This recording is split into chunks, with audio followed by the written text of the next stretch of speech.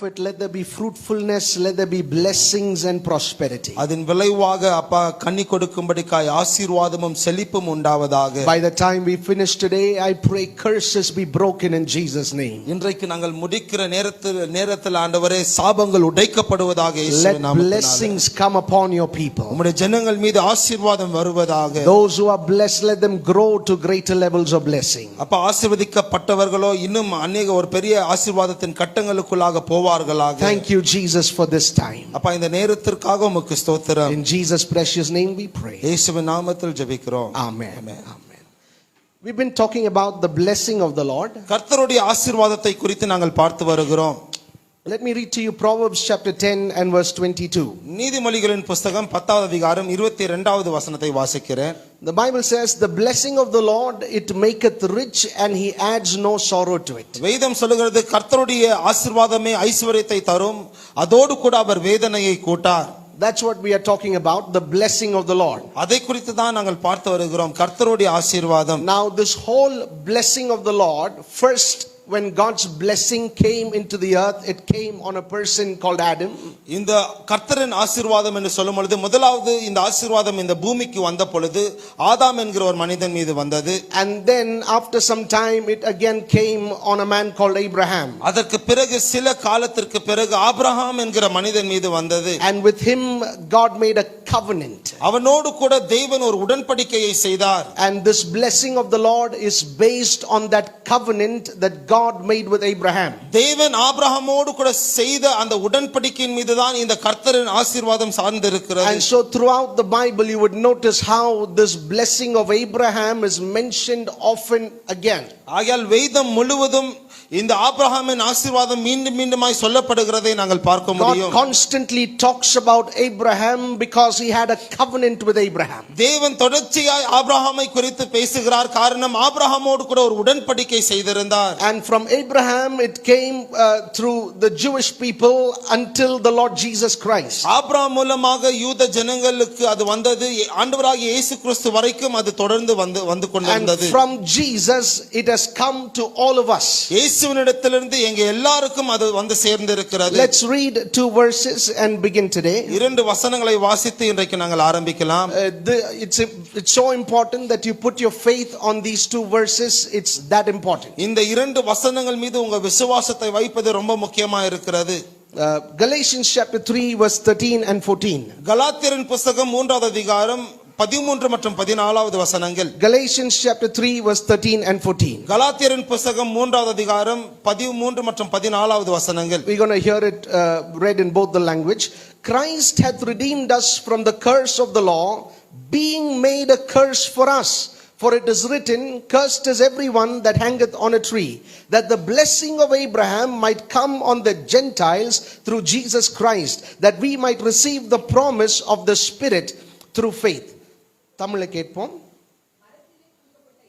மரத்திலே தூக்கப்பட்ட எவனும் சபிக்கப்பட்டவன் என்று எழுதியிருக்கும்படி கிறிஸ்து நமக்காக சாபமாகி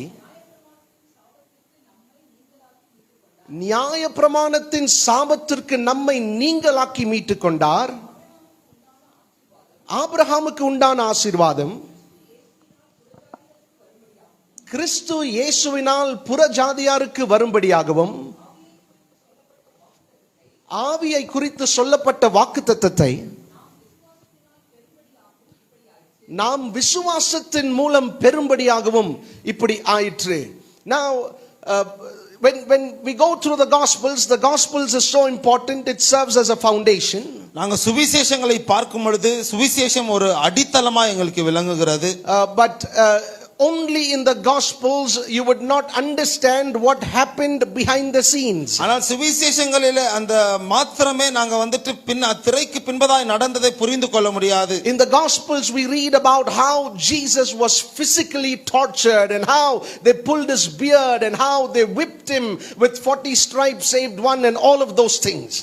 சுவிசேஷங்களிலே இயேசு எப்படி பாடுபட்டார், அவர் எப்படி சாட்டையினால் அடித்தார்கள், தாடியை பிடித்து எப்படி இழுத்தார்கள், மாம்சத்திலே அவர் எப்படி பாடுபட்டார் என்பதை நாங்கள் பார்க்க முடியும். Very important report of what happened with Jesus while he was in the flesh on the earth is given to us in the gospel. சுவிசேஷங்களிலே இயேசு மாம்சத்திலே இந்த பூமியில இருந்த பொழுது என்ன நடந்தது என்று சொல்லப்படுகிற அந்த தகவல்கள் ரொம்ப முக்கியமா இருக்கிறது. And so the disciples say it like this. They said, what we have touched and what we saw we declare to you.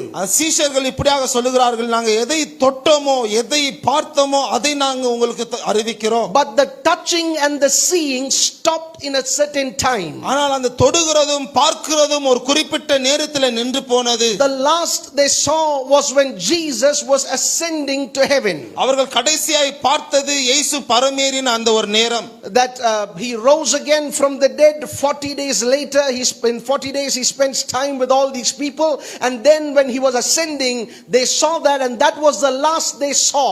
அவர் மரித்தார், உயிர்த்தெழுந்தார், 40 நாள் இங்கே உலாவினார். அதற்கு பிறகு அவர் பரலோகத்திற்கு எடுத்துக்கொள்ளப்பட்ட அந்த நேரத்தை கடைசியாய் அவரை பார்த்தார்கள். But the meaning of the cross and what happened behind the screens and the revelation of it they did not have until the letters begin to come in.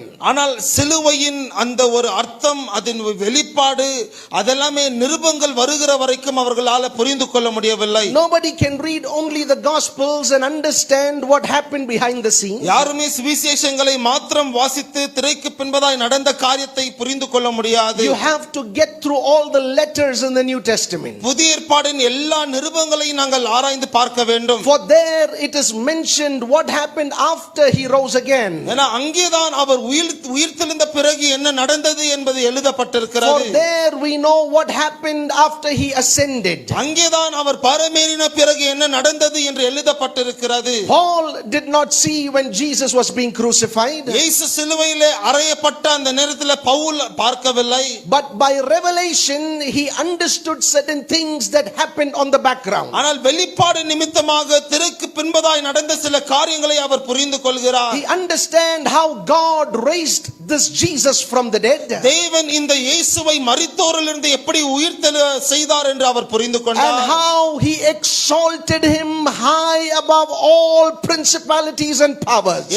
எல்லா துரைத்தனங்களும் வல்லமைகளுக்கு மேலாக எப்படி அவரை உயர்த்தினார் என்பதை அறிந்து கொண்டார். And how God gave him a name that is above every other name. எல்லா நாமங்களுக்கு மேலான ஒரு நாமம் அவருக்கு கொடுக்கப்பட்டதை அவர் அறிந்து கொண்டார். And how this Jesus is seated high and exalted and we are seated with him. இந்த இயேசுவோ அவர் உயர்த்தப்பட்டிருக்கிறார், உன்னதங்களில் அமர்ந்திருக்கிறார், நாங்களும் அவரோடு கூட அமர்ந்திருக்கிறோம். Spiritual revelation and spiritual understanding comes when you go through the letters of the New Testament. ஆவிக்குரிய வெளிப்பாடும் ஆவிக்குரிய ஒரு புரிந்து கொள்ளுதலும் புதிய ஏற்பாடின் நிருபங்களை நாங்கள் பார்க்கும் பொழுது பெற்றுக்கொள்கிறோம். That's why revelation becomes so important. ஆகையால் தான் வெளிப்பாடு ரொம்ப முக்கியமாய் மாறுகிறது. That which you see beyond the surface. அந்த மேல்நோட்டமா இருக்கிறதையும் தாண்டி நாங்கள் பார்க்கிற ஒரு காரியம். That's why the Bible says more than knowledge, revelation is important. ஆகையால் தான் வேதம் சொல்லுகிறது அறிவை பார்க்கிலும் வெளிப்பாடு ரொம்ப முக்கியம். First you get a revelation in your spirit, after that comes knowledge. முதலாவது உங்க ஆவியிலே ஒரு வெளிப்பாடு வருகிறது, அதற்கு பின்பதாக தான்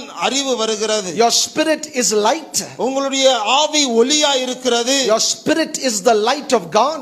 உங்களுடைய ஆவியானது கர்த்தருடைய ஒளியா இருக்கிறது. In other words, your spirit is light. வேற வார்த்தையிலே உங்களுடைய ஆவியே ஒரு ஒளியா இருக்கிறது. And in that light there is a need of God's word coming in that light, meaning there must be a revelation there. அந்த ஒளியிலே கர்த்தருடைய வார்த்தை வர வேண்டிய ஒரு தேவை இருக்கிறது. அதற்கர்த்தம் அங்கே ஒரு வெளிப்பாடு வர வேண்டிய தேவை இருக்கிறது. Only when revelation comes in your light, in your spirit, that's the word that sets you free. உங்களுடைய ஆவியிலே உங்களுடைய ஒளியிலே எப்போ ஒரு வெளிப்பாடு வருகிறதோ அந்த வார்த்தை தான் உங்களை விடுதலையாக்குகிறது. That is why the Bible says, hear the truth and the truth will set you free. ஆகையால் தான் வேதம் சொல்கிறது சத்தியத்தை அறிவீர்கள், அந்த சத்தியம் உங்களை விடுதலையாக்கும். That's why when we gather together we give importance to God's word. ஆகையால் தான் நாங்கள் இணைந்து சேரும் பொழுது கர்த்தருடைய வார்த்தைக்கு நாங்கள் முக்கியத்துவம் தருகிறோம். That there is a word that is needed to get into the spirit of man. மனிதனின் ஆவிக்குள்ளாக போக வேண்டிய ஒரு தேவ வார்த்தை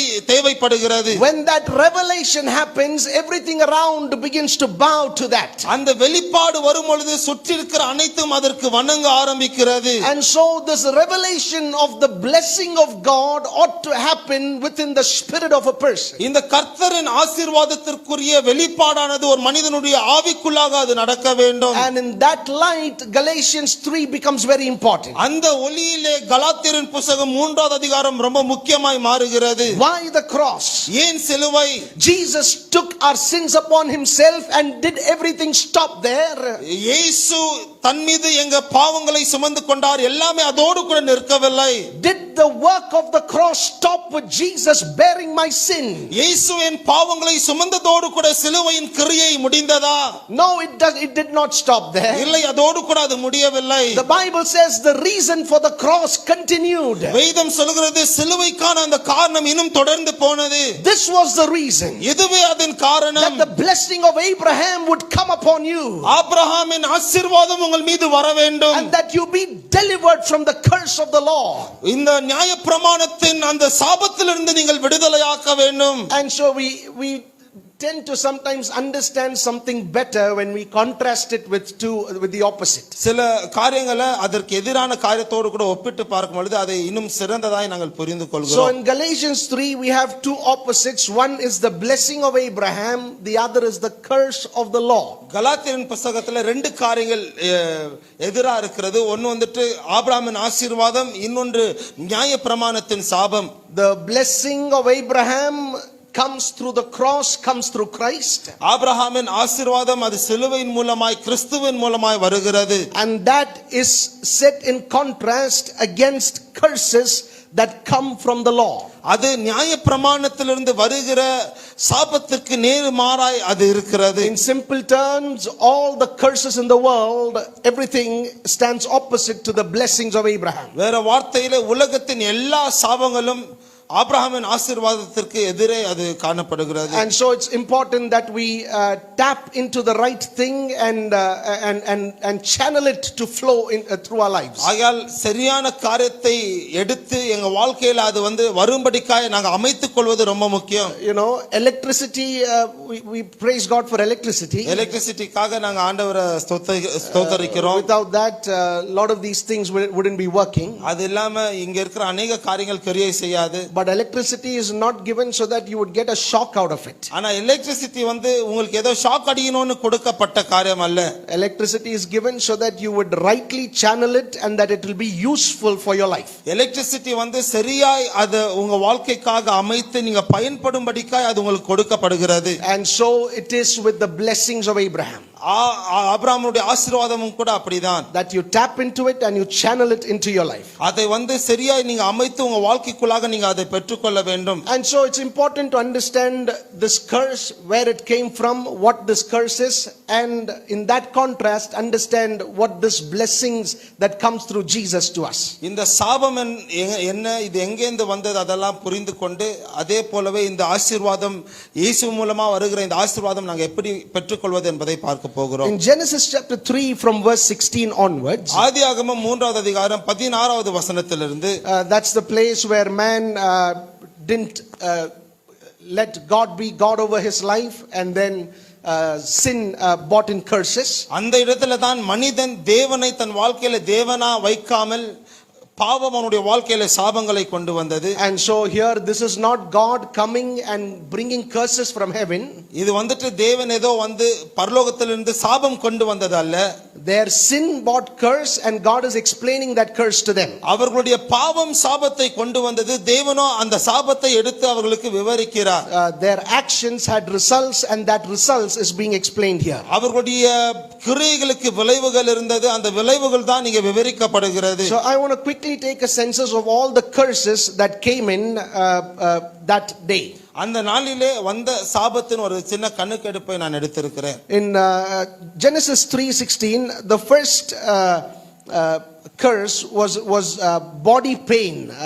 That the Bible says she would have her pain would greatly increase during childbirth. ஆதியாகமம் 3வது அதிகாரம் 16வது வசனத்துல முதலாவது பார்க்கிற சாபம் சரீர பிரகாரமான வேதனை, பிள்ளை பெற்றெடுக்கும் பொழுது அதிகமான வேதனை உண்டாகும் என்று வேதம் சொல்லுகிறது. So increased pain. ஆகையால் அதிகரிக்கப்பட்டிருக்கிற வேதனை. The second problem there, or second curse, அங்க இருக்கிற இரண்டாவது ஒரு சாபம், verse 16, the Bible says, your desire shall be to thy husband and he shall rule over you. உன்னுடைய வாஞ்சை உன்னுடைய கணவனுக்கு ஒட்டியே இருக்கும், அவனோ உன்னை ஆளுகை செய்வான். So the second problem is twofold. It is family problem and emotional problem. இரண்டாவது பிரச்சனைக்கு இரண்டு பக்கம் இருக்கு. ஒன்னு வந்துட்டு குடும்ப பிரச்சனை, அப்புறம் உணர்ச்சிகளின் பிரச்சனை.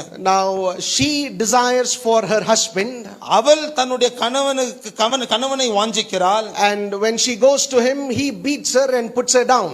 அவளோ அதோடு அந்த வாஞ்சையோடு கூட கணவன் கிட்ட போகும்போது அவனோ அடித்து கீழே தள்ளுகிறான். He wants to rule over her. அவள் மீது ஆளுகை கொள்ளும்படிக்காய் இவன் வாஞ்சிக்கிறான். Now some people say family means like that only, all these problems will be there. சில ஜனங்க சொல்வாங்க குடும்பம்னா இந்த பிரச்சனை எல்லாம் பொதுவா இருக்கத்தான் செய்யும். From generations family life has been run like this. தலைமுறையா இப்படிதான் குடும்ப வாழ்க்கை நடத்தப்படுகிறது. I want to tell you, no, that is not the way family is run. நான் உங்களுக்கு சொல்லுகிறேன், இல்லை, குடும்பம் அப்படி நடத்த வேண்டியதில்லை. That, my brother, is a curse. அது சகோதரனே ஒரு சாபமா இருக்கிறது. All right, we're not going to get into the details of it, but thirdly, there's another curse that comes. மூன்றாவது இன்னொரு சாபம் அங்கே சொல்லப்படுகிறது. In verse 17, that the earth is cursed. 17வது வசனம், இந்த பூமி சபிக்கப்படுகிறது. There are thorns and thistles that come out. அங்கே முள்களும் மற்றும் தேவையில்லாத காரியெல்லாம் வளருகிறது. I'm sure if you're 20 to 30 years old, by now you know the earth is a cursed place. Curses all around us. 20-30 வயதுக்குள்ளாக நீங்க இருப்பீங்கன்னு சொன்னா இந்த நேரத்திற்குள்ளாக உலகம் எப்படி ஒரு சபிக்கப்பட்ட ஒரு பூமியா இருக்கிறது என்பதை நீங்கள் அறிந்திருப்பீர்கள். A person can just walk through and get stained and be affected and go through losses because the world is a cursed place. ஒரு மனிதன் சும்மாவே கடந்து போகும் பொழுது அவன் தீட்டுப்படவும் கரைப்படவும் நஷ்டங்களை பார்க்கவும் வாய்ப்பு இருக்கிறது. ஆனா இந்த உலகமே ஒரு சபிக்கப்பட்டிருக்கிற உலகம். Then there are 3 verses dedicated to talking about how the work is cursed. அதற்கு பிறகு 3 வசனங்கள் அவனுடைய வேலை எப்படி சபிக்கப்பட்டிருக்கிறது என்பதை குறித்து விவரிக்கிறது. That he would sweat and he would really struggle, and that's how he would live. அவன் வேர்வையை சிந்தி ரொம்ப பாடுபட்டு தான் அவன் வாழ்வான். That's what the world teaches even today. இன்றைக்கும் உலகம் அதை தான் கற்றுக் கொடுக்கிறது. You got to really struggle to make life. நீ வாழ்க்கையில முன்னேற ரொம்ப அதிகமாய் நீ கஷ்டப்பட வேண்டும். You got to really sweat and go through a lot of frustrations in order that your work would prosper. உன்னுடைய வேலைகள் செழிக்கும்படிக்காய் அதிகமான கடின உழைப்பு, அதிகமான பிரச்சனைகளை நீ சந்திக்க வேண்டியதா இருக்கும். No, there is a better way. இன்னொரு சிறந்த வழி ஒன்று You இருக்கிறது. can live by the blessing of the Lord. தேவனுடைய ஆசீர்வாதத்தின் மூலமாய் நீங்கள் வாழ முடியும். Somebody tell an amen. ஆமென் என்று சொல்லுங்க. That's the way to live. அதுதான் வாழ்கிற ஒரு முறை. And so the completeness of this curse, the total face of the curse is visible in the last. இந்த சாபத்தின் முழுமை, இந்த சாபத்தின் முழு முகம் வந்துட்டு கடைசியில நாங்கள் பார்க்க முடிகிறது. That they are sent out of the Garden of Eden and lost fellowship with God. அவர்கள் ஏதேன் தோட்டத்தை விட்டு வெளியேற்றப்படுகிறார்கள். தேவனோடு கூட இருந்த ஐக்கியம் துண்டிக்கப்படுகிறது. No fellowship with God is the totality of the curse. தேவனோடு கூட ஐக்கியம் இல்லாமல் இருக்கிற அந்த ஒரு காரியம் தான் அந்த சாபத்தின் முழுமையா இருக்கிறது. And so body is cursed, family life is cursed, heart and emotions are cursed, work is cursed, earth is cursed, all kind of curses entered in. சரீரம் சபிக்கப்பட்டிருக்கிறது, இருதயமும் உணர்ச்சிகளும் சபிக்கப்பட்டிருக்கிறது, வேலை, குடும்பம், எல்லா காரியங்களும் உலகம் எல்லாமே சபிக்கப்பட்டதா இருக்கிறது. That's the time where curse entered. அந்த ஒரு நேரத்துல தான் சாபம் நுழைந்தது. Now here everything is not explained. இங்க எல்லாமே விவரித்து சொல்லப்படவில்லை. But then later the Bible takes time to explain all these curses under the law of Moses in Deuteronomy 28. ஆனால் பின்பதாய் உபாகமம் புஸ்தகம் 28வது அதிகாரத்துல மோசேயின் கற்பனைகளுக்கு கீழாக இந்த சாபங்கள் இன்னும் தெளிவாய் விவரிக்கப்படுகிறது. All the curses of the world, இந்த உலகத்தின் எல்லா சாபங்கள், all the curses that's there in families and individuals and everywhere, all the curses are listed out, and the list is very long. தனிப்பட்ட வாழ்க்கை, குடும்பம், எல்லா இடத்திலும் இருக்கிற சாபங்கள் தெளிவாய் அங்க ஒரு பட்டியல் போடப்பட்டிருக்கிறது. அது ரொம்ப நீண்ட ஒரு பட்டியலா இருக்கிறது. Now it is more than 40 verses, so you know I can't preach on every verse. 40 வசனத்திற்கும் மேலாக அங்க இருக்கு. எல்லா வசனத்தையும் கொண்டு நான் பிரசங்கிக்க முடியாது. But let me encourage you, whenever you have time, please go through it. It's very interesting. In Deuteronomy chapter 28, from verse 15 to verse 68 is full of curses. உபாகமம் புஸ்தகம் 28வது அதிகாரம் 15வது வசனத்திலிருந்து 60வது வசனம் வரைக்கும் 68 வரைக்கும் ஃபுல்லா சாபங்களை குறித்து சொல்லப்படுகிறது. தயவு செய்து நேரம் எடுத்து அதை வாசிங்க. There's a long list of curses given. அங்க சாபத்தின் ஒரு பெரிய பட்டியல் கொடுக்கப்பட்டிருக்கிறது. Now just by going through a glance, instead of studying it deeply, if you just go through a glance itself, you can make a list, and you can make a longer list than what I've made. அது ரொம்ப ஆழமா படிக்காம just நீங்க அப்படியே வாசிச்சிட்டு போனாலே நான் எழுதி இருக்கிறதை பார்க்கலாம் ஒரு பெரிய லிஸ்ட் உங்களால எழுத முடியும். But you do that in your free time. But let me just list out all the curses that is mentioned here. ஆனா அத நீங்க உங்க ஃப்ரீ டைம்ல பண்ணுங்க. அங்க சொல்லப்பட்டிருக்கிற சாபங்களின் பட்டியலை மாத்திரம் நான் உங்களுக்கு சொல்லுகிறேன். The Bible takes time to show it to us, telling, look, some of the things that you've accepted and some of the things that you think is normal, it's a curse. வேதம் நேரம் எடுத்து நீ ஏற்றுக்கொண்ட சில காரியங்கள், நீ சாதாரணம் என்று நினைக்கிற சில காரியங்கள் எல்லாம் சாபம் என்று எங்களுக்கு எடுத்து காட்டுகிறது. Firstly, sickness of all kinds. முதலாவது எல்லா விதமான வியாதிகள். Whatever kind of sickness, the root is curse. எந்த விதமான வியாதியா இருந்தாலும் அதன் வேறு சாபமா இருக்கிறது. That's why the blessing of Abraham becomes important to us. ஆகையால் தான் ஆபிரகாமின் ஆசீர்வாதம் எங்களுக்கு முக்கியமாய் மாறுகிறது. Then there is mental sickness. அதுக்கு பிறகு மன ரீதியான வியாதி, problems, மனவியாதிகள். மனவியாதிகள். Today it is a lot in this world. இன்னைக்கு உலகத்துல அதிகமாக அதை நாங்கள் பார்க்கிறோம். That's a curse. அது ஒரு சாபம். Failure in the works of your hands. உங்களுடைய கையின் கிரியைகளில் தோல்வி. Failure, losses, destruction in your work, in the works of your hands, it's a curse. உங்க கையின் கிரியைகளிலே தோல்வி, இழப்புகள், நீங்க செய்கிற காரியங்கள் வந்துட்டு அழிந்து போறது, இதெல்லாமே ஒரு சாபம். Failure in marriage life, it's a curse. Divorce is a curse. திருமண வாழ்க்கையில தோல்வி, விவாகரத்து செய்கிறது வந்துட்டு ஒரு சாபம். Lack instead of abundance, always lack and want, that's a curse. நிறைவில்லாம எப்பவுமே குறைவு, தேவையின் நிலையில இருக்கிறது வந்து ஒரு சாபம். Being disrespected all the time, once in a while somebody disrespected, it's a different story, but always being disrespected, it's a curse. எப்பவுமே கனவீனப்படுத்தப்படுகிறது வந்துட்டு ஒரு சாபம். Hunger and thirst, always hungering and thirsting, that's a curse. எப்பவுமே பசியாய் தாகமாய் இருக்கிறது ஒரு சாபம். Slavery is a curse. அடிமைத்தனம் ஒரு சாபம். Poverty is a curse. தரித்திரம் ஒரு சாபம். Oh, please take note of it. Poverty is not highlighted and exalted in the Bible. The Bible calls it a curse. தரித்திரத்தை வேதம் தரித்திரத்தை வந்துட்டு தூக்கி மேல வைக்கல, அதை குறித்து பெருமையா பேசல, அது ஒரு சாபம் என்று சொல்லுகிறது. Fear is a curse. பயம் ஒரு சாபம். Fear, have you seen people who are always afraid and they live a life of total fear? எப்பவுமே பயத்திலே வாழுகிற ஜனங்களை நீங்க பார்த்திருக்கீங்களா? பயம் அவர்களை ஆளுகை செய்து கொண்டிருக்கிறது. A life of fear is a curse. A life of faith is a blessing. ஒரு பயத்தின் வாழ்க்கை அது சாபம், விசுவாசத்தின் வாழ்க்கை அது ஒரு ஆசீர்வாதம். Trembling is a curse. நடுங்குகிறது வந்துட்டு ஒரு சாபம். It's connected with fear. அது பயத்தோடு கூட இணைக்கப்பட்டிருக்கிறது. Debt is a curse. கடன் ஒரு சாபம். Did you hear that? Loan is a curse. Loan, அந்த கடன் இருக்கிறது வந்துட்டு ஒரு சாபம். One particular preacher went to US and came and said this. ஒரு குறிப்பிட்ட பிரசங்கியார் அவர் யுஎஸ்க்கு போயிட்டு வந்து இப்படியாக அவர் சொன்னார். He said, Pastor, US only takes loan. அவர் சொன்னார், பாஸ்டர், யுஎஸ்ஏ லோன் எடுக்குது. Developed country, they only take loan. வளர்ந்த தேசம் அவர்களே வந்துட்டு கடன் வாங்குகிறார்கள். And so sinking in loan is not a big deal. ஆகையால் கடத்துல மூழ்கி இருக்கிறது வந்துட்டு ஒரு பெரிய பிரச்சனை இல்ல. No brother, sinking in debt and losing your total freedom of finance and all of that, it's a curse. சகோதரனே, கடத்துல மூழ்குகிறதும் பொருளாதாரமா பணத்தின் ரீதியில ஒரு அடிமையா நீங்க இருப்பது வந்துட்டு ஒரு சாபம். It's kind of a slavery. அது ஒரு விதமான அடிமைத்தனம். Restlessness of heart. இருதயத்துல இளைப்பாறுதல் இல்லாமல் இருப்பது. No rest in the heart, peaceless all the time. இருதயத்துல இளைப்பாறுதலே இல்ல, சமாதானமே இல்ல. Mental depression and mental agony. மன சோர்வு, மன வேதனை. மனவேதனை, மனசோர்வு. So many people depressed. It's a curse. எத்தனை ஜனங்கள் மன சோர்வில இருக்கிறார்கள், அது ஒரு சாபம். You know, they have many more things, but the heart is depressed. அநேக பொருட்கள் எல்லாம் இருந்தாலும் கூட இருதயமும் சோர்ந்து போய் இருக்கிறது. You know, there's always agony. They'll sit for 10 minutes, think.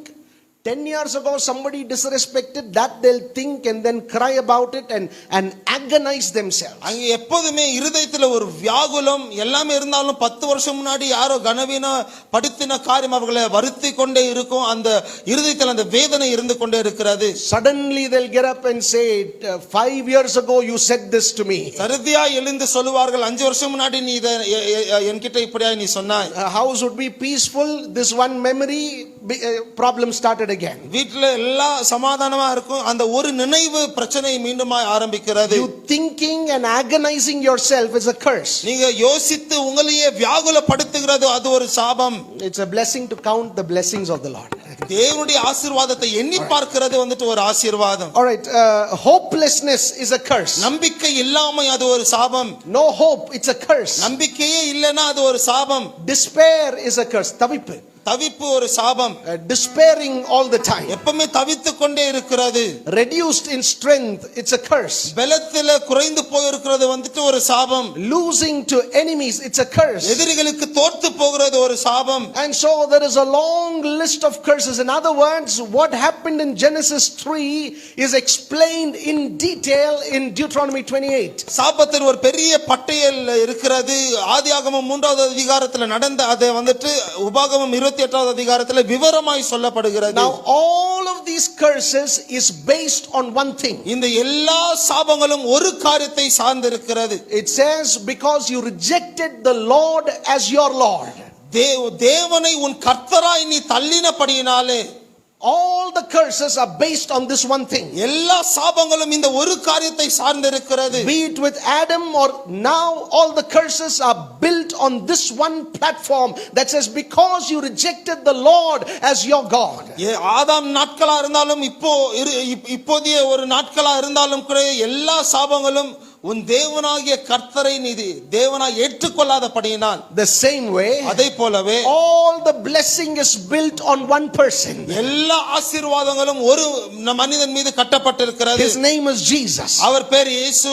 All the blessings of the Lord comes through the Lord Jesus Christ. தேவனுடைய எல்லா ஆசீர்வாதமும் கர்த்தராகிய இயேசுவின் மூலமாய் வருகிறது. This blessing of the Lord, that is what breaks curses in a person's life. இந்த கர்த்தரின் ஆசீர்வாதமே ஒரு மனிதனின் வாழ்க்கையில் இருக்கிற சாபங்களை உடைத்து போடுகிறது. In other words, the Bible says it will overtake you and bless you. வேற வார்த்தையில வேதம் சொல்கிறது உங்களை அது மேற்கொண்டு உங்களை ஆசீர்வதிக்கும். So the basis of any curse is not giving God the first priority. எந்த சாபமா இருந்தாலும் அதன் அடித்தளம் வந்துட்டு தேவனுக்கு முதன்மை கொடுக்காத ஒரு காரியம். You know, that is inclusive of tithe. அது தசம பாகமும் அதிலே சேர்ந்து இருக்கிறது. God does not want your money. தேவனுக்கு உங்க பணம் தேவையில்லை. I know there are some ministries who say that and who collect money, but God does not want it. சில ஊழியர்கள் அதை சொல்லி பணம் வசூல் செய்கிறார்கள், ஆனா தேவனுக்கு உங்க பணம் தேவையில்லை. His ministry, he will provide. He knows how to handle all his projects. அவருடைய ஊழியம் அவர் தருவார். அவருடைய வேலைகளை ப்ராஜெக்ட்ஸ் எப்படி நடத்தணும்னு அவருக்கு தெரியும். But a tithe is an expression of two things. ஆனால் தசம பாகமோ இரண்டு காரியங்களை வெளிப்படுத்துகிற காரியமா இருக்கிறது. One, it's an expression of your faith. ஒன்று உங்களுடைய விசுவாசத்தின் ஒரு வெளிப்பாடாக அது இருக்கிறது. Secondly, it's the exercising of your faith, training of your faith. இரண்டாவது அது உங்களுடைய விசுவாசத்தை பயிற்சிக்கிற ஒரு காரியமா இருக்கிறது. Through that you say, you're declaring what place God has in your life. அதன் மூலமாக உங்க வாழ்க்கையில தேவனுக்கு எந்த இடம் கொடுத்திருக்கிறீர்கள் என்பது வெளிப்படுகிறது. You know, you cannot talk about Abraham's blessing without that tithing. அந்த தசம பாகம் என்கிற காரியம் இல்லாம ஆபிரகாமுடைய ஆசீர்வாதத்தை குறித்து நாங்கள் பார்க்க முடியாது. And so the Lord has kept Abraham as an example of the blessings of the Lord. ஆகையால் தேவன் ஆபிரகாமை கர்த்தருடைய ஆசீர்வாதத்திற்கு காலத்திற்கு ஒரு உதாரணமாய் வைத்திருக்கிறார். That he is the example. God says that's how your life is going to be blessed. அவர் ஒரு உதாரணமா இருக்கிறார். தேவன் சொல்லுகிறார் அப்படிதான் உங்களுடைய வாழ்க்கை ஆசீர்வதிக்கப்படும். For everything we need some good examples. எல்லாத்துக்குமே ஏதாவது ஒரு நல்ல உதாரணம் எங்களுக்கு தேவை. Because we can compare it and say, is this right what's happened to me or is it wrong what's happened to me? ஏனா ஒப்பிட்டு பார்த்து எனக்கு நடந்தது இது நல்லதா சரியா என்பதை நாங்கள் ஆராய்ந்து பார்க்க முடியும். And so Abraham is set as the example of the blessing of the Lord. ஆகையால் ஆபிரகாம் கர்த்தருடைய ஆசீர்வாதத்திற்கு ஒரு உதாரணமாய் அவர் வைக்கப்பட்டிருக்கிறார். And faith, of course. அது விசுவாசமும் அங்கே இருக்கிறது. And so for this blessing to come into our life, the Bible says God has done something very great. இந்த ஆசீர்வாதம் எங்க வாழ்க்கையில வரும்படிக்காய் வேதம் சொல்கிறது தேவன் ஒரு பெரிய காரியத்தை செய்திருக்கிறார். To take away all the curses out of our lives, God has done something very great. எங்க வாழ்க்கையிலிருந்து எல்லா சாபங்களையும் எடுத்து போடும்படிக்காய் தேவன் ஒரு பெரிய கிரியை செய்திருக்கிறார். That's why I say taking away your sin was the cross, work of the cross did not stop there. ஆகையால் தான் நான் சொல்லுகிறேன் சிலுவையின் கிரியை பாவத்தை எங்க பாவங்களை சுமந்ததோடு கூட நின்று விடவில்லை. That is not the complete gospel. அது சுவிசேஷத்தின் முழுமை கிடையாது.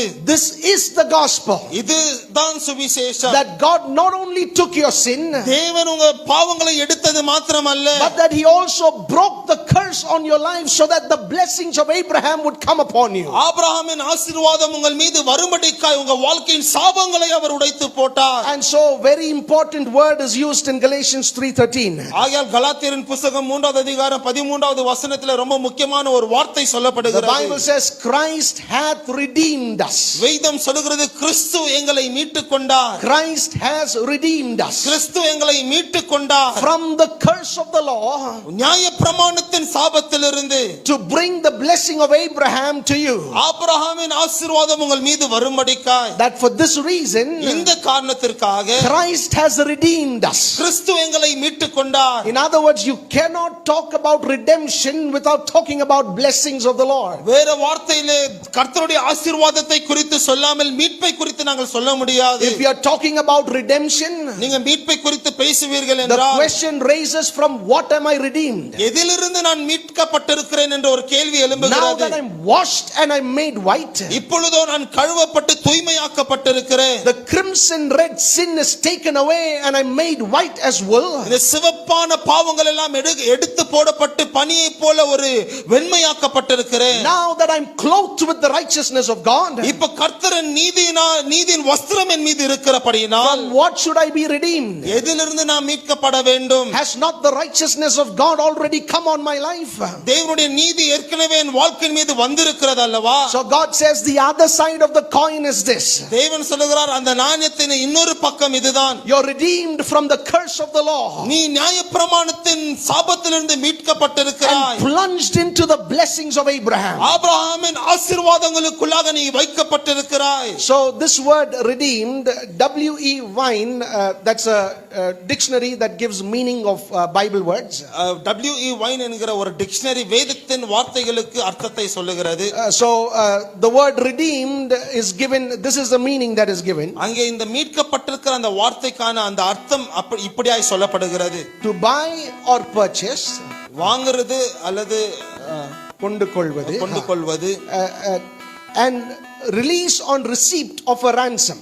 All right, there's a ransom paid and a receipt is given. ஒரு விலைக்கிரயம் செலுத்தின பிறகு ஒரு ரிசிப்ட் கொடுக்கப்படுகிறது. And you show that receipt to take your thing. அந்த ரிசிப்டை காட்டி உங்க பொருளை நீங்கள் வாங்கிக் கொள்கிறீர்கள். In other words, when we go to fast food, வேற வார்த்தையில நம்ம ஃபாஸ்ட் ஃபுட்க்கு எல்லாம் போகும்போது we pay and we get the receipt. நாங்க பணம் செலுத்தி ஒரு ரிசிப்டை வாங்கிக் கொள்கிறோம். I paid in full. அவங்க ஃபுல்லா பே பண்ணி இருக்கிறோம். And I give the receipt to somebody telling go collect. அந்த ரிசிப்டை யாருக்கோ கொடுத்து போய் கொண்டு வா என்று நாங்க சொல்லுகிறோம். That's the meaning of redemption. மீட்பின் அர்த்தம் அதுதான். That it's fully paid. இவெல்லாம் முற்றிலுமா அந்த விலை கொடுக்கப்பட்டிருக்கிறது. And then the receipt is given to you. Receipt உங்களுக்கு கொடுக்கப்பட்டிருக்கிறது. And now you make the claim of it. இப்போ அதை போய் நீங்கள் வாங்கிக் கொள்கிறீர்கள். You know, in other words, this is something that already has happened. வேற வார்த்தையில இது ஏற்கனவே நடந்து முடிந்த ஒரு காரியம். You know, because of what has already happened, we go to God with this faith. ஏற்கனவே நடந்து முடிந்த அந்த காரியத்தின் நிமித்தமாய் தேவனுக்கு முன்பதாய் இந்த விசுவாசத்தை கொண்டு நாங்க செல்கிறோம். That we go to God and say, everything is paid, and so Lord, let the blessings of Abraham come upon my life. தேவனுக்கு முன்பதாய் போய் ஆண்டவரே எல்லா விலை செலுத்தப்பட்டிருக்கிறது ஆகியால் ஆபிரகாமின் ஆசீர்வாதம் என் வாழ்க்கையின் மீது வரட்டும். In short, that's the gospel.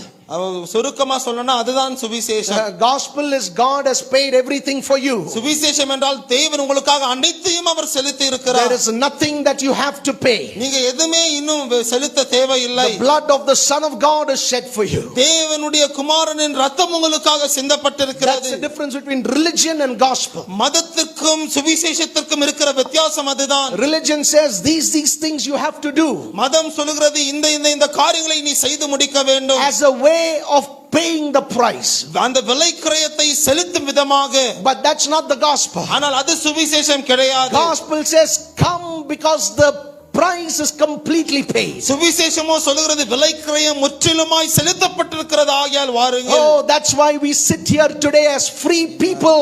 We don't owe spiritually anything to anybody. ஆகையால் தான் இன்றைக்கு விடுதலையாக்கப்பட்ட ஜனங்களாக நாங்க இங்கே அமர்ந்திருக்கிறோம். So this New Testament is your receipt. இந்த புதிய ஏற்பாடு தான் உங்களுடைய ரெசிப்டா இருக்கிறது. The New Testament is what we give from the Gospels through the letters from Matthew to Revelation. That's the receipt that we give. மத்தேயு புத்தகத்திலிருந்து வெளிப்படுத்தின அந்த புத்தகம் வரைக்கும் நாங்க கொடுக்கிற ரெசிப்ட் அதுதான். There was one atheist by the name Seeman in Tamil Nadu who was giving some speech. தமிழ்நாடுல சீமான் என்கிற ஒரு நாத்திகவாதி அவர் இப்படியாய் ஒரு ஸ்பீச் கொடுத்து கொண்டிருந்தார். And he said the reason you have the New Testament is because the Old Testament was wrong. That's why you rewrote and gave the New Testament.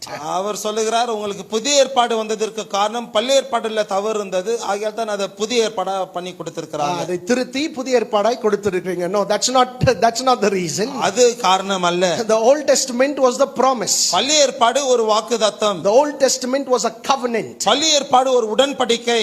The New Testament is where all those promises came to pass. புதிய ஏற்பாடு தான் அந்த வாக்குத்தத்தங்கள் எல்லாம் நிறைவேறின ஒரு இடமா இருக்கிறது. From the shadow to reality. அந்த நிழலில் இருந்து உண்மையான நிலைக்கு வந்தது. And this reality that happened on the cross becomes our receipt. இந்த சிலுவையின் மீது நடந்த அந்த உண்மை காரியமானது எங்களுடைய ரெசிப்டாய் மாறுகிறது. Have you taken your receipt and have you got your things? உங்க ரெசிப்ட் எடுத்து உங்க பொருட்களை நீங்க வாங்கி இருக்கிறீங்களா? Because the world is looking for a way to get blessed somehow. ஏனா உலகம் எப்படி ஆகிலும் ஆசீர்வதிக்கப்பட வேண்டும் என்று வழிகளை தேடிக் கொண்டிருக்கிறது. Families are broken. குடும்பங்கள் உடைக்கப்பட்டிருக்கிறது. There's curses everywhere. எல்லா இடத்திலும் சாபம் இருக்கிறது. There's losses everywhere. எல்லா இடத்திலும் இழப்புகள் இருக்கிறது. The economists are telling greater financial problems in the future. Economist பார்த்து வருகிற நாட்களிலே பொருளாதார வீழ்ச்சி பெரியதா இருக்கும் Somehow they're looking for a way to be blessed. எப்படி ஆகிலும் ஆசீர்வதிக்கப்பட வேண்டும் என்று அவர்கள் வகை தேடுகிறார்கள். Oh, let me tell you, we are already blessed because of the price that is paid on the cross of Calvary. Kalvari சிலுவையிலே செலுத்தப்பட்ட விலை கிரயத்தின் நிமித்தமாய் ஏற்கனவே நாங்கள் ஆசீர்வதிக்கப்பட்டிருக்கிறோம். And so we don't pay tithe as giving a bill, we have to finish paying bills. That's not the attitude behind tithes. ஆகையால் tithe தசம பாகம் வந்து ஏதோ சில பில்ல எப்படி நாங்க கட்டுறோமா அந்த மனப்பான்மையில நாங்கள் கட்டுகிறது அல்ல. It's not some kind of a loan repayment. ஏதோ ஒரு கடன் வாங்கி திருப்பி கடனை கொடுக்கிறது போல அது அல்ல. Some people do tithes like that. சில ஜனங்க தசம பாகத்தை அந்த ஒரு மனப்பான்மையில செய்கிறார்கள். First portion belongs to God and so I come. முதல் பங்கு அது தேவனுக்குரியது ஆகையால் நான் தருகிறேன். There are certain things that's true, but that's not the reason for that. சில காரியங்கள் உண்மையா இருந்தாலும் அதை கொடுக்கிற காரணம் அது அல்ல. Because when you think like that, then what you're ultimately saying is, because I'm tithing, then blessings would come on my life. நீங்க அப்படியே செய்யும் பொழுது நீங்க சொல்கிறது என்னன்னா நான் இப்போ தசமபாகம் கொடுக்கிறதுனால ஆசீர்வாதம் என் வாழ்க்கையில வர வேண்டும். No, that's not the way it works. அது காரியம் அப்படியே கிரியை செய்வதில்லை. And I don't think anybody would are very happy about paying bills. யாருமே வந்துட்டு பில்ஸ் கட்டுறதுல ரொம்ப சந்தோஷமா பண்றது இல்ல. ரொம்ப சந்தோஷம் கரண்ட் பில் வந்துருச்சு போய் கட்டலாம். Nobody thinks on those lines. யாருமே அந்த விதமா யோசிப்பதில்லை. So we don't pay tithes as if we are paying back some bill or some loan. That's not the attitude. தசம பாகத்தை ஏதோ ஒரு பில் கட்டுகிறது போல கடன் திருப்பி கொடுக்கிற அந்த ஒரு மனப்பான்மையில நாங்க செய்கிறது அல்ல. Why? ஏன்? Because Jesus paid it to the full. ஏனா இயேசுவோ முற்றிலுமாய் அதை செய்து அதை விலை செலுத்தி இருக்கிறார். Whatever has to be paid, Jesus has paid it all. என்னெல்லாம் விலை அங்கே செலுத்த வேண்டுமோ இயேசு அதை செலுத்தி இருக்கிறார். Tithe is an expression of who your God is and who you worship. Tithe is an expression of that faith and that exercising of faith. தசம பாகம் என்பது உன் தேவன் யார், உன்னுடைய விசுவாசம் என்ன, உன்னுடைய விசுவாசத்தின் அந்த விசுவாசத்தை பயிற்சிக்கிற ஒரு காரியமாய் இருக்கிறது. And so when a person who does that begins to have great expectation in the heart. ஆகையால் அதை செய்கிற ஒரு மனிதனின் இருதயத்திலே ஒரு பெரிய எதிர்பார்ப்பு உண்டாகிறது. He is saying, Lord, now I am expecting because I know your blessings is on my life. ஆண்டவரே உங்க ஆசீர்வாதம் என் வாழ்க்கையின் மீது இருக்கிறபடியால் இப்பொழுது நான் எதிர்பார்க்கிறேன். I'm doing this because I'm redeemed. இதை நான் செய்கிறதற்கு காரணம் நான் மீட்கப்பட்டிருக்கிறேன். I'm doing this because I know who I am in Christ. கிறிஸ்துவுக்குள்ளாக நான் யார் என்பதை அறிந்திருக்கிறபடியால் இதை நான் செய்கிறேன். Because you have paid it in the full. நீர் முற்றிலுமாய் விலைக்கிரயத்தை செலுத்தியிருக்கிறபடியால் out of that joy I'm doing things that is right. அந்த சந்தோஷத்தின் நிமித்தமாய் சரியான காரியங்களை நான் செய்கிறேன். And when I show this kind of a faith, I know you're a God who rewards faith. இந்த விதமாய் என் விசுவாசத்தை நான் காட்டும் பொழுது விசுவாசத்திற்கு நீர் பலன் கொடுக்கிற தேவன். Because isn't that a spiritual reality where the Bible says let it be according to your faith? உங்க விசுவாசத்தின் படியே இருக்கட்டும் என்று சொல்லுகிற காரியம் ஒரு ஆவிக்குரிய சத்தியமா இருக்கிறது. And so I believe the gospel that we are taken from curse and that the blessings of the Lord is we've come under the blessings of the Lord. நாங்க சாபங்களிலிருந்து எடுக்கப்பட்டு கர்த்தரின் ஆசீர்வாதத்திற்கு கீழாய் வந்திருக்கிற அந்த சுவிசேஷத்தை நான் விசுவாசிக்கிறேன். Do you believe that? அதை நீங்க விசுவாசிக்கிறீங்களா? விசுவாசிக்கிறவர்கள் ஒரு ஆமென் சொல்லிருங்க. ஆமென். ஆமென். கை தட்டினாலும் கை தட்டி ஆண்டவருக்கு நன்றி சொல்லிருங்க. That's the meaning of redemption. மீட்பு என்கிற காரியத்தின் அர்த்தமே அதுதான். And so now we have to understand this blessing came through covenant. இந்த ஒரு ஆசீர்வாதமானது உடன்படிக்கையின் மூலமாய் வந்தது என்பதை நாங்கள் அறிந்து கொள்ள வேண்டும். What's the difference between contract and covenant? ஒரு ஒப்பந்தத்துக்கும் உடன்படிக்கைக்கும் இருக்கிற வித்தியாசம் என்ன? Contract has a time limit and it's going to be expired one day. ஒரு ஒப்பந்தம் என்று வரும்பொழுது ஒரு காலம் அதற்கு கொடுக்கப்படுகிறது, ஒரு நாள் அது முடிந்து போய்டும். You know, like a lease contract or a rent contract, it has an expiry date. ஒரு ரெண்டுக்கு போகிற ஒப்பந்தத்தை போல லீஸ் ஒப்பந்தத்தை போல அதுக்கு ஒரு எக்ஸ்பைரி டேட் என்று ஒன்று இருக்கிறது. But covenant is not like that. ஆனா உடன்படிக்கை அப்படி அல்ல. Covenant is for a lifetime. உடன்படிக்கை வாழ்நாள் முழுவதும் வருகிற காரியம். In other words, வேற வார்த்தையிலே out of the two parties who made a covenant, உடன்படிக்கை செய்த ரெண்டு பேரிலே as long as one of that person is alive, he is going to be zealous to keep the covenant. அந்த ரெண்டு பேரில் யாராவது ஒருவர் அந்த உயிரோடு இருக்கிற வரைக்கும் அதை காத்துக் கொள்கிறதிலே வைராக்கியமாய் இருப்பார்கள். Now you would notice God being that throughout the Bible. வேதம் முழுவதும் தேவன் அப்படியே இருக்கிறதை நாங்கள் கவனிக்க முடியும். God goes in search of Isaac. தேவன் ஈசாக்கை தேடி போகிறார். Isaac did not go in search of God. ஈசாக்கு தேவனை தேடி போகவில்லை. God goes in search of Isaac. தேவன் ஈசாக்கை தேடி போகிறார். For the sake of the covenant of Abraham. ஆபிரகாமோடு கூட செய்த உடன்படிக்கை நிமித்தமாக. And in that famine God blesses him just like Abraham. அந்த பஞ்சத்திலும் கூட ஆபிரகாமை ஆசீர்வதித்தது போலவே அவரையும் ஆசீர்வதிக்கிறார். Same with Jacob. யாக்கோபோடு கூடவும் அப்படிதான். The man is running away.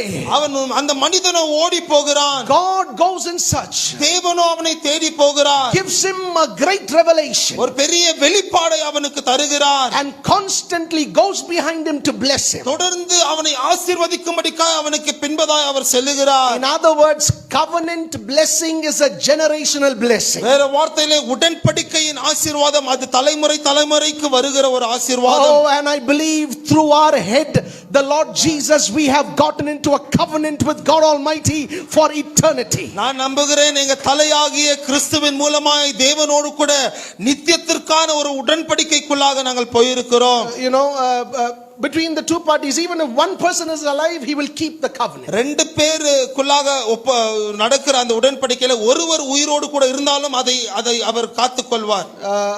Jonathan's family, everybody died. யோனத்தானின் குடும்பத்திலே எல்லாருமே மரித்து போனார்கள். But David still searches if there is any one person alive to keep that covenant. ஆனா அந்த உடன்படிக்கையை காத்துக்கொள்ளும்படிக்காய் யாராவது ஒருவராகிலும் மீதியா இருக்கிறாங்களான்னு தாவீது தேடுகிறான். And they tell him that person Mephibosheth physically and financially in every way is broken. மெபிபோஷேத் என்கிற ஒரு மனிதன் இருக்கிறான். பண ரீதியாய் உடல் ரீதியாய் எல்லாவற்றிலும் அவன் உடைக்கப்பட்டவனாய் இருக்கிறான் என்று சொல்லுகிறார்கள். David says, pick him up and let him sit in the king's table. தாவீது சொல்லுகிறார், அவனை கொண்டு வாருங்கள், ராஜாவின் பந்தியிலே அவன் அமருவான். For one reason, there was a covenant behind it. ஒரே ஒரு காரணம், அதற்கு பின்பதாய் ஒரு உடன்படிக்கை இருந்தது. And so as long as one person is alive, that covenant is always kept. ஒரு மனிதன் உயிரோடு கூட இருக்கும் வரைக்கும் கூட உடன்படிக்கையானது காத்துக்கொள்ளப்படுகிறது. And so we read that throughout the Bible. To Moses, God tells, I'm the God of Abraham, and Abraham's name keep coming up. வேதம் முழுவதுமாய் அதை நாங்கள் வாசிக்கிறோம். மோசேக்கும் கூட தேவன் சொல்கிறார், நான் ஆபிரகாமின் தேவன். Genesis chapter 39, ஆதியாகமம் புத்தகம் 39வது அதிகாரம் verse 1 to verse 4, this is what the Bible says. 1வது வசனத்திலிருந்து 4வது வசனம் வரைக்கும் வேதம் இப்படியாய் சொல்லுகிறது. Genesis 39, ஆதியாகமம் 39வது அதிகாரம் verse 1 to verse 4. 1வது வசனத்திலிருந்து 4வது வசனம் வரைக்கும். That God was with Joseph and Joseph prospered. தேவன் யோசேப்போடு கூட இருந்தார், யோசேப்போ செழித்தார். He is taken into Egyptian land. எகிப்தின் தேசத்திற்குள்ளாக அவர் கொண்டு செல்லப்படுகிறார். Nobody to help him there. அங்கே அவருக்கு உதவி செய்ய யாரும் இல்லை. But the people around him kept on noticing that God was with Joseph. ஆனால் அவரை சுற்றி இருந்த ஜனங்களோ தேவன் யோசேப்போடு கூட இருக்கிறதை அவர்கள் கவனிக்கிறார்கள். I think that's the beauty of our lives. எங்க வாழ்க்கையின் ஒரு அழகு அதுதான் என்று நான் நம்புகிறேன். Whenever we are lightly going out of the way, the Lord comes and draws us back because there's a covenant. எப்பெல்லாம் கொஞ்சமும் கூட நாங்க வழி மாறி போகிறோமோ தேவன் வந்து எங்களை இழுத்துக் கொள்கிறார். ஏன்னா தேவன் உடன்படிக்கையை காத்துக்கொள்கிற தேவன். Helps us walk in the paths of righteousness. நீதியின் பாதைகளிலே நடக்கும்படிக்காக எங்களுக்கு அவர் உதவி செய்கிறார். Prospers us in all that we do. நாங்க செய்கிற எல்லாவற்றிலும் எங்களை செழிக்க பண்ணுகிறார். So that the people around recognize, people in the workplace recognize that God is with this person. சுற்றி இருக்கிற ஜனங்கள், வேலையில எங்களோடு கூட இருக்கிற ஜனங்கள் எல்லாமே தேவன் இந்த மனிதனோடு கூட இருக்கிறார்கள் என்று அடையாளம் கண்டு கொள்கிறார்கள். I mean, Joseph is a slave there. அங்கே யோசேப்போ ஒரு அடிமையா இருக்கிறான். No hope for a slave. ஒரு அடிமைக்கு எந்த நம்பிக்கையும் இல்லை. A servant has better hope. ஒரு வேலைக்காரனுக்கு இன்னும் சிறந்த நம்பிக்கை இருக்கலாம். But a slave has no hope. ஆனால் ஒரு அடிமைக்கோ எந்த ஒரு நம்பிக்கையும் But இல்லை. the blessings of Abraham began to flow in. ஆனால் ஆபிரகாமுடைய ஆசீர்வாதம் அங்கே உள்ளே வந்தது. Broke every curse. எல்லா சாபங்களையும் உடைத்து போட்டது. Lifted him up in that Potiphar's house. அந்த போத்திபாருடைய வீட்டிலே அவனை உயர்த்தினது. And then again they put him in the prison. அதற்கு பிறகு மீண்டுமாய் சிறைச்சாலையிலே போடுகிறார்கள். Blessings of Abraham flow. ஆபிரகாமின் ஆசீர்வாதம் அங்கே உள்ளே வருகிறது. And again lifts him up there. அங்கேயும் மீண்டுமாய் அவனை உயர்த்துகிறது. And then at last in Genesis 41 the Bible says. கடைசியா ஆதியாகமம் 41வது அதிகாரத்துல வேதம் சொல்லுகிறது. Now this is one scripture portion that always shakes my heart. இந்த ஒரு வசன பகுதி எப்பொழுதுமே என்னுடைய இருதயத்தை அசைத்து போடுகிறது. Genesis 41 from verse 38, this is what the Bible says. ஆதியாகமம் புத்தகம் 41வது அதிகாரம் 38வது வசனத்திலிருந்து வேதம் இப்படியாய் சொல்லுகிறது. Pharaoh, who is the king of Egypt, tells this. எகிப்து தேசத்தின் ராஜாவாகிய பார்வோன் இப்படியாய் சொல்லுகிறார். Can we find such a person as this in whom the spirit of God is? தேவனுடைய ஆவி கொண்டிருக்கிற இந்த மனிதனை போல ஒருவனை நாங்கள் கண்டு கொள்ள முடியுமா? Now some people think receiving a word from God in your spirit is not going to be a big deal. சில ஜனங்க யோசிக்கிறார்கள், உங்க ஆவியிலே கர்த்தருடைய வார்த்தையை பெற்றுக்கொள்வது ஒரு பெரிய பிரச்சனை இல்ல. அது பெரிய மாறுதல்களை கொண்டு வர போகிறதில்லை என்று அதை கீழா நினைக்கிறவர்கள் இருக்கிறார்கள். The Bible says Joseph stood before the king, the most powerful man, because of one word in his spirit. வேதம் சொல்கிறது, யோசேப்பு உலகத்தில் இருந்த பெரிய வல்லமையான ஒரு ராஜாவுக்கு முன்பதாய் நின்றதற்கு காரணம் அவனுடைய ஆவியிலே பெற்றுக்கொண்ட ஒரு தேவனுடைய வார்த்தை. Let me prove it to you. Verse 39 he says this. 39வது வசனத்தில் இப்படியாய் சொல்லுகிறார். That's a proof. அதுதான் ஒரு ஆதாரம். So he says, the king says, God has showed all these things to you. you. ராஜா சொல்லுகிறார் தேவன் இந்த எல்லா காரியத்தை உனக்கு காண்பித்திருக்கிறார். God has showed all this to you. தேவன் இதை எல்லாமே உனக்கு காண்பித்திருக்கிறார். Verse 40. 40வது வசனம். He says, according to your word shall the people in this land be ruled. உன் வார்த்தையின் பிரகாரமாகவே இந்த தேசத்தின் ஜனங்கள் ஆளுகை செய்யப்படுவார்களாக. One word from God will make you a ruler and not a slave. தேவனிடத்திலிருந்து வருகிற ஒரு வார்த்தை உங்களை ஆளுகை செய்கிறவனாய் மாற்றும், அடிமையாய் அல்ல. From slavery to ruler. அடிமைத்தனத்திலிருந்து ஆளுகிறவனாய். He says, by your word shall this land be ruled. உன்னுடைய வார்த்தையின் பிரகாரமாய் இந்த தேசம் அது ஆளுகை செய்யப்படும். Oh, I believe days are coming where God is raising some young people who are full of the Spirit of God, that by that word will this land be ruled. நான் நம்புகிறேன் தேவன் தன்னுடைய ஆவியினால் நிரம்பின தேவ பிள்ளைகளை எழுப்புவார். அவர்களுடைய வார்த்தை நிமித்தமாய் பிரகாரமாய் இந்த தேசம் ஆளுகை செய்யப்படும். Verse 54, there was famine everywhere except in Egypt. 54வது வசனம், எகிப்தை விட்டு வேற எல்லா இடத்திலும் பஞ்சம் இருந்தது. And so verse 57 is the most beautiful verse. 57வது வசனம் ரொம்ப அழகான ஒரு வசனம். All countries came to Egypt to Joseph. எல்லா தேசங்களும் எகிப்துக்கு யோசேப்பிடத்திலே வந்தார்கள். All countries came to Egypt to Joseph. எல்லா தேசங்களும் எகிப்து தேசத்திற்கு யோசேப்புக்கு வந்தார்கள். Oh, when the blessing of the Lord comes. ஓ கர்த்தருடைய ஆசீர்வாதம் வரும் பொழுது You can false accuse a person, make him a slave, throw him in the prison, but a time is coming where his word is the final word and people all over come in search. ஒரு மனிதனுக்கு விரோதமாய் தவறாய் பேசி குற்றம் சாட்டி சிறைச்சாலையிலே அடைத்தாலும் கூட அவனுடைய வார்த்தை கடைசி வார்த்தையாய் இருக்கிற நிலைக்கு தேவன் அவனை உயர்த்துவார். That's why a word from God is so important. ஆகையால் தான் கர்த்தரிடத்திலிருந்து பெற்றுக்கொள்கிற ஒரு வார்த்தை அவ்வளவு முக்கியம். Do you know, before your need arose, God has made provisions for it years ago. உங்க தேவை எழும்புகிறதற்கு 1000 ஆண்டுகளுக்கு முன்பதாகவே தேவன் அதற்கான காரியத்தை வைத்திருக்கிறார் என்று நீங்கள் அறிந்திருக்க வேண்டும். Before the problem came, the solution God already made it even before the problem came. பிரச்சனை வருகிறதற்கு முன்பதாகவே அதற்கான தீர்வை தேவன் ஆயத்தமாக்கி இருக்கிறார். And God shares that solution for your problem with you. தேவன் அந்த பிரச்சனையின் தீர்வை உங்களோடு கூட அவர் பகிர்ந்து கொள்கிறார். Till today, that's who God is. இன்றைக்கு வரைக்கும் தேவன் அப்படியாதான் இருக்கிறார். He has the solution. அவரிடத்திலே தீர்வு இருக்கிறது. And mostly He is the solution. அநேக நேரம் அவரே தீர்வாய் இருக்கிறார். And so let Him speak to you. ஆகையால் அவர் உங்களோடு கூட பேசட்டும். For in His word there is a solution. அவருடைய வார்த்தையிலே அதற்கான தீர்வு இருக்கிறது. Same with David. தாவீதோடு கூடவும் அப்படிதான். And David, a shepherd boy, ஒரு ஆடுகளை மேய்க்கிற ஒரு பிள்ளை, somewhere in the desert, எங்கோ வனாந்திரத்தில் இருந்தவன். the blessing of the Lord came upon him. கர்த்தருடைய ஆசீர்வாதம் அவன் மீது வருகிறது. When he finished as a king, he left so much of tons of gold for the building of the temple. அவர் ராஜாவாய் ஆளுகை செய்து முடித்த பொழுது ஆலயம் கட்டுப்படைக்க எத்தனையோ கணக்கான தங்கத்தை விட்டு போனார். டன் கணக்கில் தங்கத்தை விட்டு போனார். That's why the Jewish people believed between every stone of the temple they kept a stone, put little sand or cement or whatever, kept gold, then put little more sand and then kept another stone. ஆகையால் தான் யூத ஜனங்கள் நம்புகிறார்கள், ஆலயம் கட்டின பொழுது ஒரு கல்லை வைத்தார்கள், கொஞ்சம் மண்ணை வைத்து கொஞ்சம் தங்கத்தை வைத்து அதற்கு மேலே தான் இன்னொரு கல்லை வைத்தார்கள். Between every stone there was gold. ஒவ்வொரு கல்லுக்கு நடுவிலே தங்கம் இருந்தது. So much of gold, who gave, brother?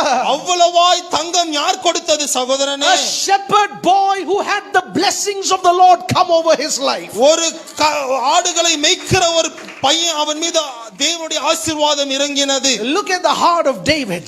தாவீதுடைய இருதயத்தை பாருங்கள். God said, you will not build the temple for me. தேவன் சொன்னார், எனக்கான அந்த ஆலயத்தை நீ கட்ட மாட்டாய். David said, that's okay. தாவீது சொல்கிறார், அது பிரச்சனை இல்ல. At least let my gold be whenever it is being built. அது எப்போ கட்டப்படுகிறதோ என்னுடைய தங்கம் அங்கே இருக்கட்டும் என்று அவர் சொல்லுகிறார். Same with Solomon. சாலமோனோடு கூட அப்படிதான். None blessed like him before or after. அவரை போல அவருக்கு முன்பதாய் பின்பதாய் ஆசீர்வதிக்கப்பட்டவர்கள் இல்ல. Because the blessing of the Lord was upon his life. ஏனா கர்த்தருடைய ஆசீர்வாதம் அவர் வாழ்க்கையின் மீது இருந்தது. And so now the Bible says, ஆகையால் இப்பொழுது வேதம் சொல்லுகிறது, through Jesus Christ this blessing has come to all the world. இயேசு கிறிஸ்துவின் மூலமாய் இந்த ஆசீர்வாதம் முழு உலகத்திற்கு வந்திருக்கிறது. In other words, the blessing is searching for people. வேற வார்த்தையிலே அந்த ஆசீர்வாதமோ ஜனங்களுக்காய் தேடிக் கொண்டிருக்கிறது. The blessing is searching people in this world. அந்த ஆசீர்வாதமோ உலகத்திலே ஜனங்களை தேடிக் கொண்டிருக்கிறது. Somebody who will not look at their situation but put their faith on the Lord Jesus. அவருடைய சூழ்நிலையை பார்க்காமல் ஆண்டவராகிய இயேசு கிறிஸ்துவின் மீது விசுவாசத்தை வைக்கிற சிலர். Somebody who say, Lord, I am redeemed of you. ஆண்டவரே உம்மால் நான் மீட்கப்பட்டிருக்கிறேன் என்று சொல்கிறவர்கள். Take his word and make it your word. அவருடைய வார்த்தையை எடுத்து உங்களுடைய வார்த்தையாய் மாற்றிக் கொள்ளுங்க. Take his word and fill your heart with it. அவருடைய வார்த்தையை எடுத்து உங்களுடைய இருதயத்தை அதனால் நிரப்பிக் கொள்ள So that வேண்டும். his blessings will come in like a flood. ஏனா அவருடைய ஆசீர்வாதம் அது வெள்ளம் போல உங்க வாழ்க்கைக்குள்ளாக வரும். So much of blessing that there is no room for curse now. எவ்வளவு ஆசீர்வாதம் சொன்னா இப்ப சாபத்திற்காக இடமில்லை. Curse wants to come in but there's no room to come in. சாபம் உள்ள வரணும்னு பார்த்தாலும் கூட வர இடமில்லாமல் இருக்கிறது. Because once the blessing of the Lord comes, it keeps growing in your life. ஏனா கர்த்தருடைய ஆசீர்வாதம் உங்க வாழ்க்கையில வந்த பிறகு அது வளர்ந்து கொண்டே It இருக்கிறது. is for a lifetime. அது வாழ்நாள் முழுவதும் It நீடிக்கிறது. is a covenant blessing. அது ஒரு உடன்படிக்கையின் ஆசீர்வாதம். That through the gospel of the Lord Jesus Christ his people are blessed. ஆண்டவராகிய இயேசு கிறிஸ்துவின் சுவிசேஷத்தின் நிமித்தமாய் அவருடைய ஜனங்கள் ஆசீர்வதிக்கப்படுகிறார்கள். In the place of thorns and thistles of curses, fruitful trees are growing and the leaves do not wither. முட்களும் தேவையற்ற காரியங்கள் வளருகிற இடத்திலே கனி கொடுக்கிற மரங்கள் வளருகிறது, அதன் இலைகளோ உதிர்ந்து போவதில்லை. Let me ask you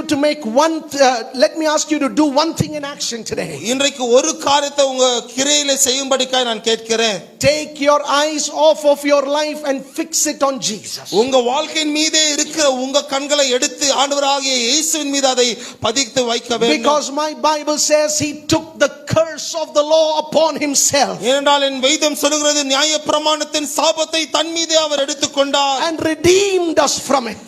அதிலிருந்து எங்களை அவர் மீட்டுக் கொண்டார். So that the blessings of Abraham would rest on us. ஆபிரகாமின் ஆசீர்வாதம் எங்கள் மீது தங்கி இருக்கும்படிக்காய் அதை அவர் செய்தார். How does this blessing come? எப்படி இந்த ஆசீர்வாதம் வருகிறது? When we give God our number one priority. தேவனுக்கு எங்களுடைய முதல் முக்கியத்துவத்தை நாங்கள் தரும் பொழுது, you give God the first priority, நீங்க தேவனுக்கு முதலிடத்தை தரும் பொழுது, salvation, redemption and all of this automatically begins to happen. ரட்சிப்பு, மீட்பு, இந்த எல்லா காரியமும் அது தானாய் நடக்கிறது. Secondly, இரண்டாவதாக, put your faith on this blessing of God. உங்களுடைய விசுவாசத்தை இந்த கர்த்தரின் ஆசீர்வாதத்தின் மீது நீங்கள் வைக்க வேண்டும். It's important that you believe it. நீங்க அதை விசுவாசிப்பது ரொம்ப It's முக்கியம். important to have faith on the blessing of God. கர்த்தரின் ஆசீர்வாதத்தின் மீது நீங்க உங்க விசுவாசத்தை வைப்பது ரொம்ப முக்கியம். That same blessing that the Bible says it came upon Abraham.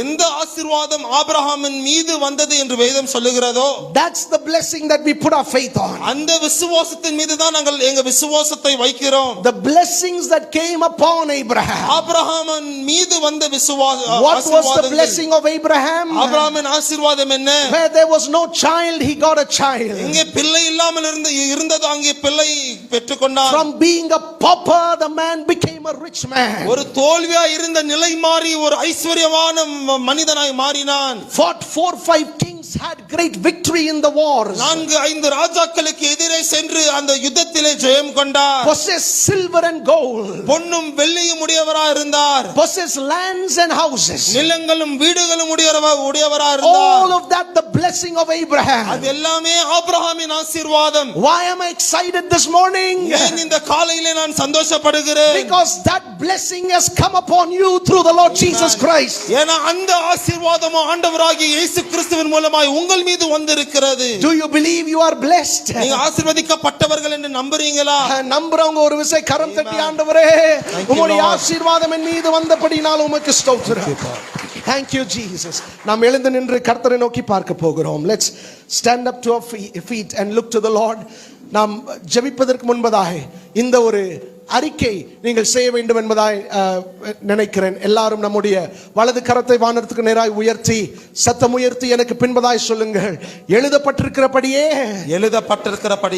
மரத்தின் மீது தொங்கப்பட்டவன் சபிக்கப்பட்டவன். மரத்தின் மீது தொங்கப்பட்டவன் சபிக்கப்பட்டவன். இயேசு எனக்காய் சாபமானார். இயேசு எனக்காய் சாபமானார். என்னை சாபத்திலிருந்து மீட்டுக் கொண்டார். என்னை சாபத்திலிருந்து மீட்டுக் கொண்டார். அந்த நியாய பிரமாணத்தின் சாபத்திலிருந்து விடுதலையானேன். அந்த நியாய பிரமாணத்தின் சாபத்திலிருந்து விடுதலையானேன். வியாதியிலிருந்து விடுதலை. வியாதியிலிருந்து விடுதலை. குறையிலிருந்து விடுதலை. குறையிலிருந்து விடுதலை. தரித்திரத்திலிருந்து விடுதலை. தரித்திரத்திலிருந்து விடுதலை. பயத்திலிருந்து மீட்பு. பயத்திலிருந்து மீட்பு. துக்கத்திலிருந்து மீட்பு. துக்கத்திலிருந்து மீட்பு. சோர்விலிருந்து மீட்கப்பட்டேன். சோர்விலிருந்து மீட்கப்பட்டேன். ஆபிரகாமின் ஆசீர்வாதம் என் வாழ்வின் மீது உண்டு. ஆபிரகாமின் ஆசீர்வாதம் என் வாழ்வின் மீது உண்டு. வெற்றியும் செழிப்பும் என் மீது உண்டு. வெற்றியும் செழிப்பும் என் மீது உண்டு. தேவனோடு ஐக்கியம் கொண்டிருக்கிற அந்த நிலை எனக்கு உண்டு. தேவனோடு கூட ஐக்கியம் கொண்டிருக்கிற அந்த நிலை எனக்கு உண்டு. அவருடைய நண்பன் என்னப்படுகிறேன். அவருடைய நண்பன் என்னப்படுகிறேன். சாபத்தின் வல்லமை உடைந்தது. சாபத்தின் வல்லமை உடைந்தது. இயேசுவின் நாமம் என் வாழ்விலே உயர்த்தப்பட்டது. இயேசுவின் நாமம் என் வாழ்க்கையில உயர்த்தப்பட்டது. விசுவாசிக்கிறவர்கள் ஒரு 2 செகண்ட் கரம் தட்டி ஆண்டவரே நம்புகிறேன் அப்பா, என்னை மீட்ட தேவனே உம்மை நம்புகிறேன். Thank you Holy Spirit. கண்களை மூடி ஆண்டவரை நோக்கி பார்க்க